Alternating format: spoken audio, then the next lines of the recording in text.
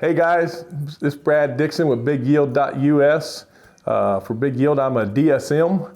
I work with conventional, organic, and transitioning to organic clients. I also own and operate RBD Organics LLC. We are a consulting firm. I'm also a third-party inspector. I work for different certifiers, go inspect farming operations. I'm going to do a series of videos on organic row cropping. This video here is going to talk about certification process, what's required of you. So we'll just get right into it. Anyone that's wanting to certify their operation organically, first rule is to certify ground, it must be 36 months with no prohibited substances. That would require either field history, so we know what's been done each year, or if it's rented ground and it was previously certified, that would be a land affidavit. The first thing I would recommend to someone would be to read the NOP standards on organic certification, the crops, anything that pertains to crops, so you kind of familiarize yourself with the rules and regulations and what's expected of you. The next thing would be to find a certifier. There's approximately 50 certifiers in the United States. You do not have to use the one closest to you or in your state. You can use any certifier that you want in across the United States to certify your operation. I would suggest probably just calling some and visiting with them and telling them that you're new to organics and visit a little bit, just kind of see which one you feel comfortable with. And tell them you would like to proceed with them. At that point, they will send you, most of the time through email, OSP documents, which would be your organic system plan that you would fill out. It's kind of overwhelming. That's a pretty good stack of documents. But the first time that you go through it takes the longest, obviously.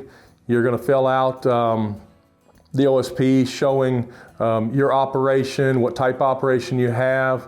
You'll be sending back in field maps. Your field maps will have to have borders and buffers on it, plus the field number. Each field will get numbered or named. These field maps can be got at your local NRCS office. Those are some of your better maps. They do a pretty good job. You'll also on your OSP, you'll have inputs, anything that you're going to put on the ground or on the plant must be approved, a list of inputs. So you want to put anything on there that you're for sure going to use, and anything that you think you might use to go ahead and get it approved prior to the season. Nothing should be applied without written approval from your certifier. All inputs must be approved prior to use.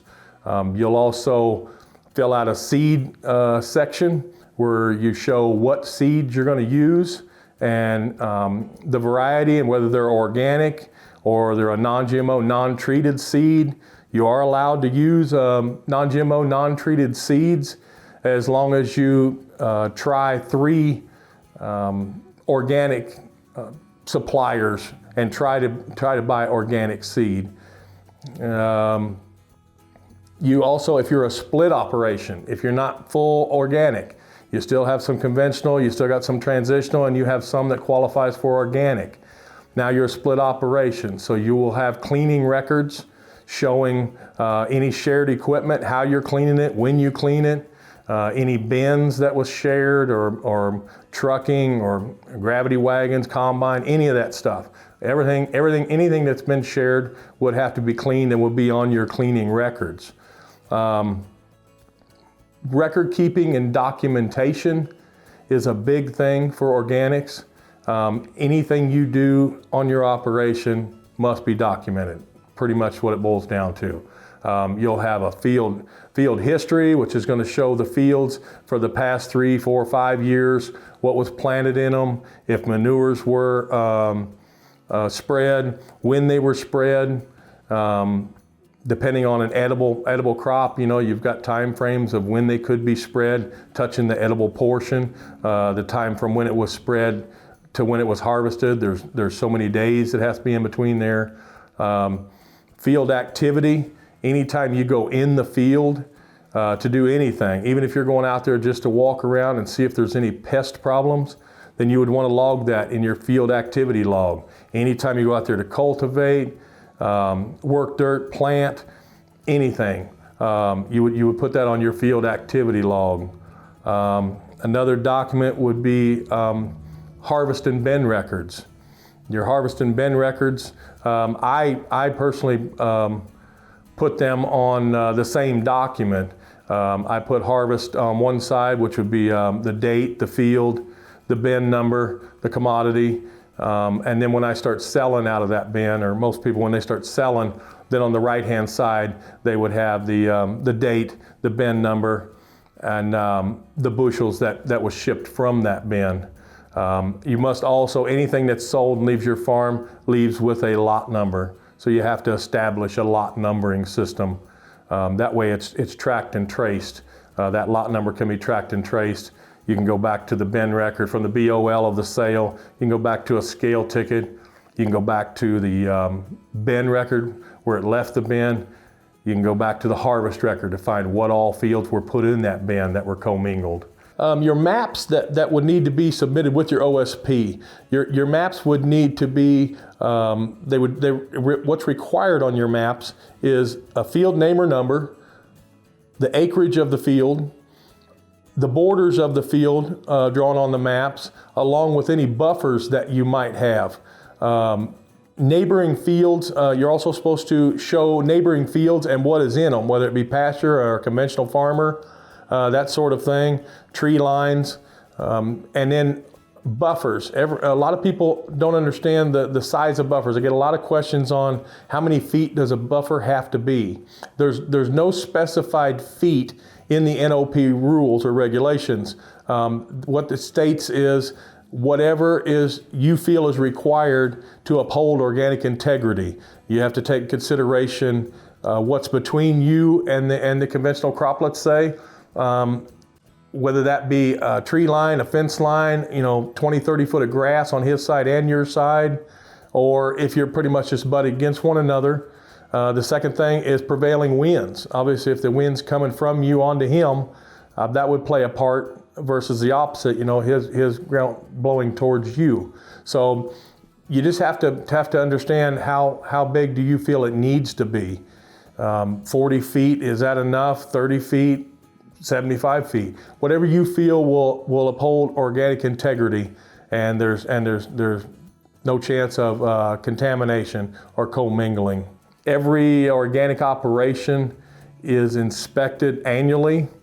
At that time, you'll be contacted by a inspector, and you will put together you and him or her will put together a date when they will come to your operation, and they will look over all of your documents.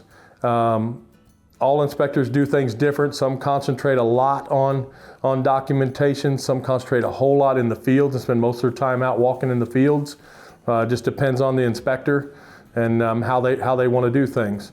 They will look at all your documents and verify that you have everything that you're supposed to have. They'll make sure that the input is up to date. All your input list is up to date. You didn't use anything that you didn't have prior approval for. And most operations keep their documents in a 3-ring binder. Seems to be the easiest, where you can just put dividers in there and have your OSP that you sent in. Always keep a copy for yourself. Your OSP, you would print it off rather than just having it on the computer. A lot of people print it off and have it in their 3-ring binder up front, and then I'll have a section for their field history, a section for inputs. Therefore, you can put all of your invoices and such for the inputs, an input list of where they went. A lot of times that's on your field activity. Some of these documents, things will be doubled up, or maybe you'll keep them on your field activity of the rate you used and the fields that it was used on. But the 3-ring binder makes it pretty simple for you to go through, all your documents with your inspector. The inspector will also always do a mass balance and a trace back. A mass balance is, they'll usually pick a crop or an input or something along those lines. Let's say a crop, they may look at where you had corn the previous year. And we always do the previous year because if an inspector comes in July of this year, he obviously can't do a mass balance on this year's crop. It's still in the field. So we always do our mass balance and trace back on the previous year because that crop has all been harvested and some of it probably at least sold. So it's easier to do that. So you want to have last year's records and the previous year's records with you there for your inspection. The mass balance would be you would choose a crop, let's say corn. We would look at all the acres that you planted corn. We would look at total harvest based on your records of how many bushels you harvested. And we kind of do the math there and find out if the bushel, the yield that you got was reasonable for your area and for the activity that you had in that field. You did a good job keeping your weeds down, and we can see that through your field activity log that you were in the field a lot and looking at things. Then we know that your yield is going to be average to above. If you didn't get in the field due to rain or whatever and a lot of weeds, then we know that your yield should be on the lower side due to that. So that gives us a little bit of a look at your operation. We do a trace back, which is basically a recall system. That's where they take a BOL that you sold some product. You have a lot number on your BOL, you have your bushels on your BOL, and we look at that and verify that with a scale ticket that you should have. And then normally we would trace that back to a bin record where it shipped from the bin, and then we would trace that back to the harvest record, which would be all the fields that were in that bin.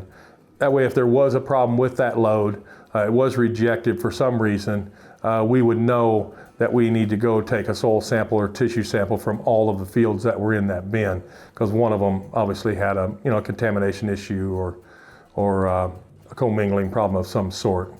That pretty well sums up the certification process. Most people that are going to certify, if you don't have a neighbor or a family member or you haven't worked on an organic operation, you would probably want to either hire a consultant to help you with your maps and your records and get your binder in order and make sure that you're prepared and keeping all the records that you need to keep. You could also work with our VIPS verification program. It's third-party verification here at Big Yield, and a lot of the documents that they require are the same as the documents required for the OSP or for organic certification. They're going to need your seed invoices, they're going to need your seed variety, they're going to need maps of your fields, your population, what you planted, and a lot of those will help you out as well. So your certifier is not allowed to help you a whole lot on answering those types of questions or suggestions. That's considered consulting, and consulting is not allowed. Your consultant also is not allowed to be your inspector for 1 year because they've helped you with your operation. If there's anything else we can help you with organically or transition organic, or you just have questions, I'd be happy to answer them. Again, I'm Brad Dixon, BigYield.us and RBD Organics. My direct number is 816-944-6225. Thank you and have a good day.